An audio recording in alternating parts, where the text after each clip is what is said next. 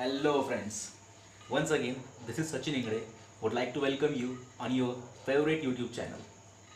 So today we are going to study a new topic called as dynamics.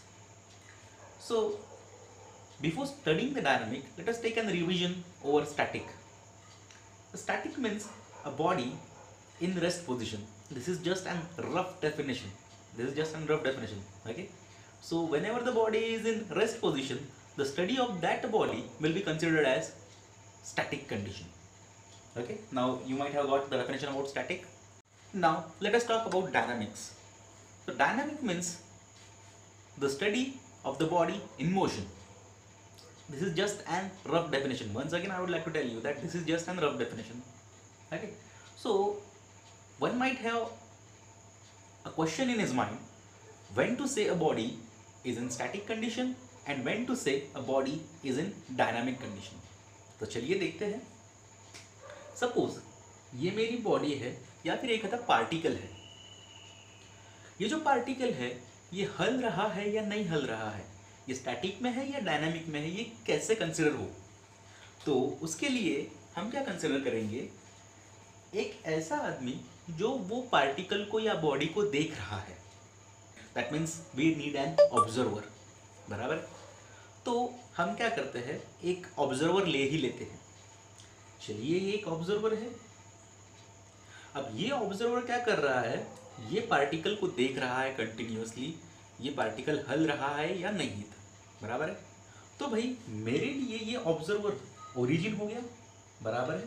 तो origin है तो इसका मतलब उसको x y and z axis होगी. चलिए ये हो गई मेरी एक्स एक्सिस, ये हो गई मेरी वाई एक्सिस. ओके. और ये हो गई मेरी सपोज जेड एक्सिस. तो with respect to this observer which is an origin for me now, so with respect to this origin ये जो पार्टिकल है ये हल रहा है या नहीं हल रहा है, और on that condition the body will be considered as the body in static condition or in dynamic condition. चलिए वापस से देख लेते हैं इसको. अभी जो पार्टिकल है ये ऑब्जर्वर है, ये इसको देख रहा है. 10 मिनट हो गए उसको कंटिन्यूसली देखा उसने, 15 मिनट हो गए, 10 साल हो गए, ये बॉडी जगह से हली ही नहीं. तो इसका मतलब ये बॉडी काय में है, स्टैटिक कंडीशन में है. बराबर है. और इसकी स्टडी को क्या बोलेंगे हम, स्टैटिक. ओके. अब चलिए डायनामिक की कंडीशन लेते हैं. तो ये पार्टिकल यहाँ पे था, फिर यहाँ पे, या फिर ये बॉडी यहाँ पे थी. तो ये बॉडी यहाँ से यहाँ पे चली गई. किसने देखा, हमारे ऑब्जर्वर ने. दैट मीन्स हमारे ओरिजिन ने देखा है यहाँ से कि ये बॉडी यहाँ से यहाँ पे चली गई. इसका मतलब बॉडी हल गई. अब वो बॉडी को हलने के लिए कुछ तो भी टाइम लगा. बराबर है. कुछ तो भी टाइम लगा. तो उतने टाइम में सपोज 2 सेकंड लग गए, 10 सेकंड लगे, 15 सेकंड, 15 मिनट ले लीजिए. ओके. यानी कुछ तो भी टाइम लग रहा है ये बॉडी को यहाँ से यहाँ पे जाने में. और वो टाइम में ये ऑब्जर्वर ने देखा, कि वो टाइम में ये बॉडी यहाँ से यहाँ पे चली गई. इसका मतलब बॉडी हल चुकी है. इसका मतलब ये जो स्टडी है ये आएंगी हमारी डायनामिक्स में. समझ में आ गया. तो चलिए अभी आगे बढ़ते हैं. So in short, body in motion will be considered as dynamics. बराबर. तो भाई आपने ये सब बातें 12th में देखी होगी या फिर आपके फिजिक्स में देखा होगा आपने. बराबर है. तो फिजिक्स में आपने ये भी पढ़ा होता कि भाई मोशन बहुत सारे टाइप के हैं. जैसे रोटेशनल मोशन है, रेक्टिलिनियर मोशन है, कर्विलिनियर मोशन है, प्रोजेक्टाइल मोशन है, रिलेटिव मोशन है, रोलिंग मोशन है, प्लेन मोशन है. बहुत सारे टाइप के मोशन आपने पढ़ा फिजिक्स में. बराबर. इतने सारे टाइप के मोशन बेसिकली नहीं रहते. इतने सारे मोशन को बेसिकली सिर्फ 3 कैटेगरीज में डिवाइड किया गया है. Pure translation, pure rotation and general motion. 3 he category है. और ये तीनों कैटेगरी के बारे में चलिए थोड़ा सा जान लेते हैं. तो सबसे पहले जानते हैं प्योर ट्रांसलेशन मोशन के बारे में. तो देखिए दोस्तों, ये मेरा पार्टिकल है या फिर एक आधी बॉडी है, बराबर है। ये बॉडी ये पॉइंट से चल के यहाँ पे चली गई, चलिए यहाँ पे ले लेते हैं हम इसको, यहाँ पे चली गई, बराबर है। अब यहाँ से चल के यहाँ पे चली गई, किसने देखा? ऑब्जर्वर ने देखा। और वो ऑब्जर्वर मेरे लिए कौन है? ओरिजिन है। तो ये मेरा ओरिजिन है, तो इसका मतलब एक्स एक्सिस, वाई एक्सिस, जी एक्सिस आ गई, बराबर है। अब ये ऑब्जर्वर ने देखा कि भाई ये जो बॉडी है यहाँ से चल के सीधा ऐसे चली गई, सीधा, बराबर है, सीधा ऐसे चली गई। तो ये एक स्ट्रेट लाइन में मोशन हो गया, बराबर है। तो अगर एक पार्टिकल एक पॉइंट से दूसरे पॉइंट पे इन अ स्ट्रेट लाइन जा रहा है तो उसे हम बोलेंगे ट्रांसलेशन मोशन या फिर प्योर ट्रांसलेशन मोशन। ओके, वही अगर मेरी बॉडी यहां से यहां पे ऐसे पाथ फॉलो करती थी तो ये स्ट्रेट लाइन है क्या भाई?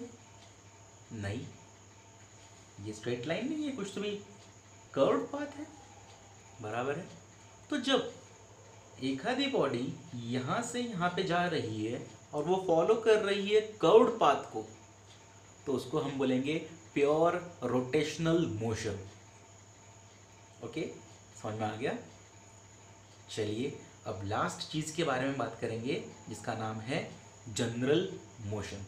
और ये बहुत, इसकी स्टडी बहुत कॉम्प्लिकेटेड है, इसकी स्टडी बहुत कॉम्प्लिकेटेड है क्योंकि इसके अंदर साइमल्टेनियसली हमें पढ़ना है ट्रांसलेशन के बारे में और प्योर रोटेशन के बारे में। तो ये होता कैसे है, चलिए देख लेते हैं। सपोज ये मेरा पार्टिकल है, यहाँ पे है, ये पार्टिकल यहाँ से यहाँ पे जा रहा है, बराबर। तो अगर ये पार्टिकल स्ट्रेट जा रहा है तो मेरे लिए हो जाएगा ट्रांसलेशन मोशन। अगर ये कर्व्ड पाथ फॉलो कर रहा है तो ये मेरे लिए हो जाएगा रोटेशनल मोशन। पर अभी हमें जनरल मोशन पढ़ना है, जो कॉम्बो है किसका? ट्रांसलेशन मोशन का और रोटेशनल मोशन का। तो देखिए, सपोज ये पार्टिकल यहाँ से यहाँ पे चले गया, कौन से पाथ फॉलो किया? इसने स्ट्रेट पाथ फॉलो किया, बराबर है। तो ये ट्रांसलेशन हो गया मेरे लिए। पर कुछ यहाँ से यहाँ पे जाने के बाद में इसने ऐसा कर्व्ड पाथ फॉलो किया, ओके, थोड़ा सा कर्व्ड पाथ फॉलो किया। तो अभी यहाँ पे ट्रांसलेशन भी हो गया और रोटेशनल भी हो गया। फिर बाद में उसने और स्ट्रेट पाथ फॉलो किया, फिर बाद में उसने और कर्व्ड पाथ फॉलो किया। तो इसका मतलब क्या हो गया? इसका मतलब एक आधी बॉडी दोनों मोशन बता रही है, वो टाइप के मोशन को हम बोलेंगे general motion. Okay, I hope आपको 3 मोशन के टाइप समझ में आ गए। ओके, तो चलिए हम आगे बढ़ते हैं। अभी हम डायनामिक्स की बात करते हैं। तो डायनामिक्स बेसिकली 2 कैटेगरीज में डिवाइड किया गया है, एक है काइनेमैटिक्स और एक है काइनेटिक्स। ओके, तो अभी काइनेमैटिक्स किसको बोलते हैं और काइनेटिक्स किसको बोलते हैं उसके बारे में चला जान लेते हैं। तो काइनेमैटिक्स यानी क्या? Study of motion only. अगर मोशन की स्टडी हो रही है तो वो हो जाएगा काइनेमैटिक्स। और मोशन, सिर्फ मोशन की स्टडी हो रही है तो इसका मतलब लॉज ऑफ मोशन आ गए, बराबर है। तो लॉज ऑफ मोशन को कंसिडर करके एक आधा प्रॉब्लम सॉल्व करना, that will be kinematics, that will come under kinematics. और हमें पता है लॉज ऑफ मोशन यानी equation of motion, v is equal to u plus a t, s is equal to u t plus half of a t square, v square minus u square is equal to twice a s. I think ये आपने physics में पढ़ चुके हैं, बराबर है। तो in equation को सॉल्व करके हमें जो आंसर्स मिलने वाले हैं ये उसके स्टडी को हम बोलेंगे काइनेमैटिक्स, क्योंकि हम इसके अंदर इक्वेशन ऑफ मोशन या फिर लॉज ऑफ मोशन की ही बात कर रहे हैं, दूसरे किसी की बात नहीं कर रहे हैं। ओके, तो चलिए अभी नेक्स्ट टॉपिक देखते हैं, वो है काइनेटिक्स। तो काइनेटिक्स यानी क्या, जिसके अंदर हम मोशन के बारे में तो पढ़ने वाले हैं, तो उसके अंदर इसका मतलब लॉज ऑफ मोशन भी आ गए, बराबर है। इसके साथ में उसके ऊपर जो फोर्सेस एक्ट होने वाले हैं उनकी भी हमें स्टडी करना है। तो इसका मतलब इसके अंदर हमें मोशन की भी स्टडी करना है, उसके साथ में जो फोर्सेस उसके ऊपर एक्ट हो रहे हैं उनकी भी स्टडी करना है। तो मोशन बोले तो इक्वेशन ऑफ मोशन हो गए, और फोर्सेस बोले तो इक्वेशन ऑफ फोर्सेस भी हो गए। तो इसका मतलब काइनेटिक्स में हमें दो बातें पढ़नी है और काइनेमैटिक्स में हमें एक ही बात पढ़नी है, that is equation of motion. Okay, यहाँ तक समझ में आ गया आपको? तो दोस्तों आज के वीडियो में बस इतना ही। हमने आज बेसिकली डायनामिक्स, उसके टाइप्स पढ़े। इसके बाद में हम कुछ बेसिक कंसेप्ट्स लेने वाले हैं, with the help of which हमें अभी आगे के प्रॉब्लम सॉल्व करना पड़ेगा। और इसके बाद के वीडियो मैं लेने वाला हूँ काइनेमैटिक्स पे। ओके, सो काइनेमैटिक्स इतना कुछ हार्ड नहीं है और हम उनके ऊपर प्रॉब्लम्स लेने वाले हैं और उसके बारे में हम थोड़ा सा डेप्थ में जाने वाले हैं। आई होप आपको यहाँ तक समझ में आया होगा।